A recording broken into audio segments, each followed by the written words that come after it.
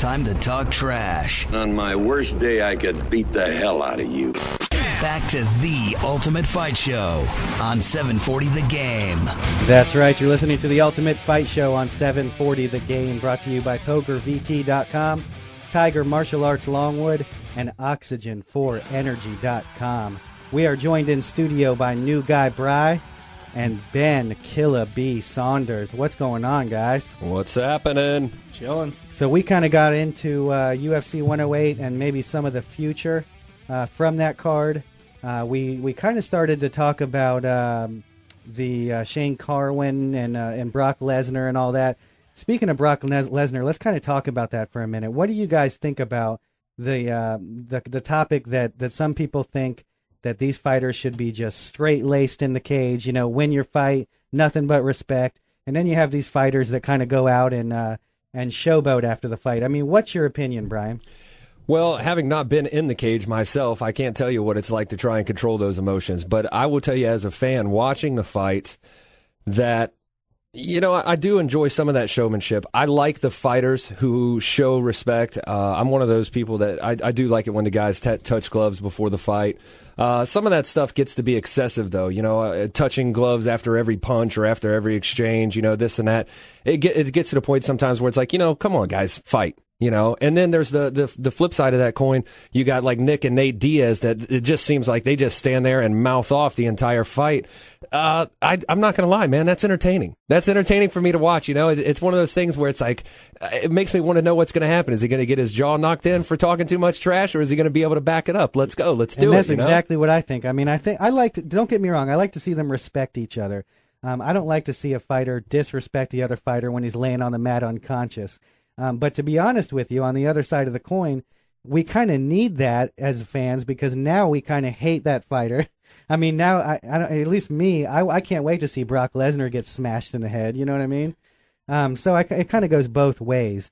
We actually have a special guest on the Ultimate Fight Show. Speaking of the respectful fighters, the ones that you barely ever see doing anything like that, it's Frankie, the Answer Edgar. What's going on, Frankie? Hey, what's going on, guys? Welcome to the Ultimate Fight Show on 740 The Game. We're very glad to have you. Yeah, it's my pleasure. So I hear that you're looking at BJ Penn now, man. Is that all signed and in ink? Yeah, it's all set, ready to go. April 10th is the tentative date, so I'm looking forward to that. April 10th, getting pretty quick, man. It's up on us. That's exciting, man. Yeah. That's exciting. I'll be here before you know it. Frankie, you're at the 113 card, if I'm not mistaken. Is that card in New Jersey? No, this card actually is in Abu Dhabi. Oh, you're going to be traveling, yeah. Out there. It's far from Jersey. Hey, by the way, we're joined in studio tonight by Ben Killer B Saunders. Ben Saunders is in the studio. Ben, Frankie, Ben.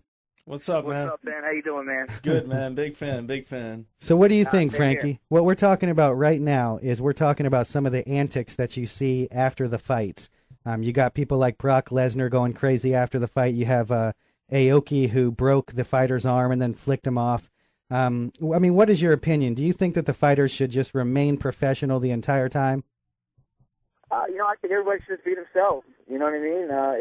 In life, there's a lot of different personalities, and I think it's good for the sport. Some guys may relate to someone that's a little nuttier, and some guys may relate to a guy that's a little more respectful. So I think it kind of reaches everybody out there.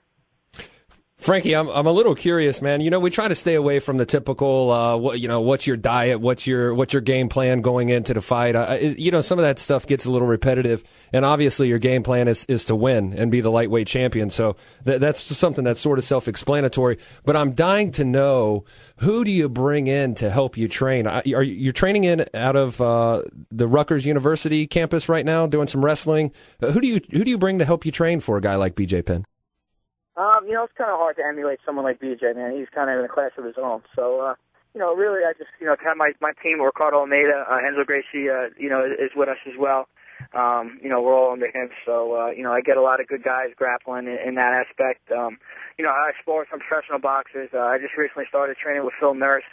and the Rutgers wrestling team. So, I try to, make my skills as best as possible come April 10th and, hope it goes my way. You mentioned the Rutgers wrestling team. You're actually an assistant coach for Rutgers University. Is that correct? Tell me a little bit about that and tell me what all is involved there and talk about, some of the things that are going on in the wrestling program right now. Yeah, I'm a part-time wrestling coach up there. I'm up there, maybe 2 times a week. I've been on staff for 3 years now. It's great. I love it. The kids are great. Wrestling is really, it's a big sport in New Jersey, but our colleges aren't, don't really show that as well in the past few, years. So we're trying to change that. We're trying to keep New Jersey wrestlers in state and, build a Rutgers program because, we believe we can, be, a top 10 team. It's awesome to be involved with something like that, I'm sure. A lot of listeners may or may not know where you came from exactly. You didn't exactly come through the UFC ranks the easiest way possible. You were passed up, believe it or not, for the Ultimate Fighter show, and then you received a call a couple weeks later to come in and take a fight on relatively short notice. Tell us a little bit about that. Tell us a little bit about what it's like to climb up from the bottom and work your way up to a championship fight like this with BJ Penn. Yeah, it's definitely a good feeling to know that, I kind of came from the bottom and just kind of grinded it out. I feel like, New Jersey's a lot of blue-collar people. I feel like I'm a blue-collar fighter. I just go grind it out, put my time in, and it's paid off. Tried out for the show. Didn't go my way, but, I got the break. I got a call a couple weeks later. Like you said, I fought Tyson, and things seem to be snowballing from there. One of the things that excites me the most about this fight is Dana White has been on record as saying that the reason why you're getting this matchup with BJ Penn is because of the type of fights that you've put on. You've gotten several Fight of the Night bonuses, and you actually passed up or were chosen above Gray Maynard, who you have a loss to because of your recent performances. Is that a direct result of the work ethic and your upbringing and working with the wrestling team at Rutgers? Yeah, absolutely. I think it all kind of, goes hand in hand. Work ethic, my pace, the type of fighter I am, it just worked out for me to have exciting fights. I don't try to be the most exciting guy. It just kind of turns out that way. We watched you also on MTV's True Life documentary, and that was right before the Gray Maynard fight. They got into a little bit of your personal life. You were planning a wedding at that time, and I think like 10 days after the Gray Maynard fight, you got married, April 12th, 2008. You've got a son now, I believe. How's married life treating you, and how are things on that end? Yeah, it's great. I got a 1-year-old son. I just turned a year, a couple weeks ago, and I have another son on the way. My wife's due in June, so things are rolling, man. I'm just trying to, keep it moving. Good. Congratulations, man. I'm excited to watch the fight with BJ.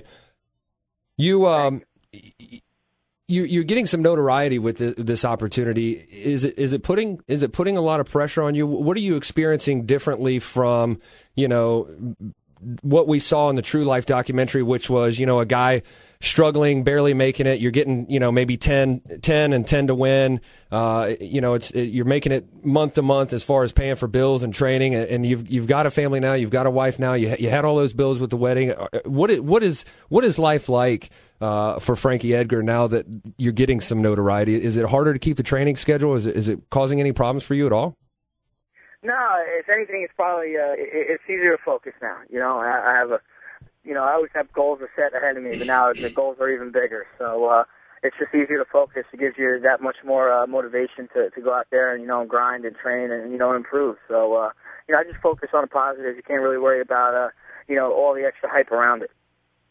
We are talking to Frankie, the Answer Edgar, on the Ultimate Fight Show, and I want to shout everybody out that's listening in the chat room. I see you out there, Social Menace. I see you, Jason, Leah, Johnny, Jay Pomalis. I see all you guys. Give us a call if you want. You guys have a question for Frankie Edgar or Ben Saunders, give us a call at 407-916-8255, or you can call us toll-free at 1-800-729-8255.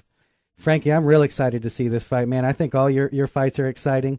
And I think Brian had a question about your name, man. I think we might change your name after you win, after you beat BJ Penn, all right? Yeah, brother, listen, after, being from New Jersey and all, after you take this title, we want to change it from the answer to the situation.